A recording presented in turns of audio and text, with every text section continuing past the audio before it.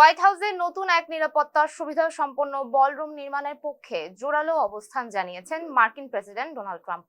সম্প্রতি সামাজিক যোগাযোগ মাধ্যমে নিজের ভেরিফাইড অ্যাকাউন্টে দেওয়া এক পোস্টে এই মন্তব্য করেন তিনি।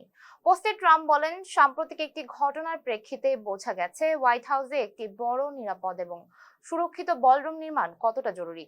তার ভাষ্য অনুযায়ী যুক্তরাষ্ট্রের সামরিক বাহিনী, সিক্রেট সার্ভিস ও আইন শৃঙ্খলা রক্ষাকারী সংস্থাগুলোর দীর্ঘদিনের চাহিদা ছিল এমন একটি স্থাপনা যা নিরাপত্তার দিক থেকে সর্বোচ্চ মান নিশ্চিত করবে। তিনি দাবি করেন, বর্তমানে নির্মাণাধীন মিলিটারি টপ সিক্রেট বলরুম সম্পন্ন হলে এ ধরনের ঘটনা আর ঘটতো না। বলরুমটি দ্রুত শেষ করা সম্ভব না হলেও এটি সর্বোচ্চ নিরাপত্তা সম্পন্ন হচ্ছে বলে উল্লেখ করেন তিনি।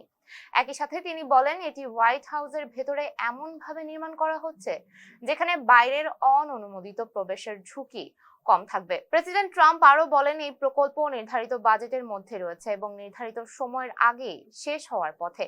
নির্মাণ কাজে কোনো ধরনের বাধা না দেওয়ার আহ্বান জানিয়ে বিষয়টিকে জাতীয় নিরাপত্তার সাথে জড়িত বলে জানান তিনি। এতক্ষণ আমি সঙ্গে ছিলাম সুমাইয়া হক তন্নি। ফেসবুকের সাথে থাকার জন্য ধন্যবাদ।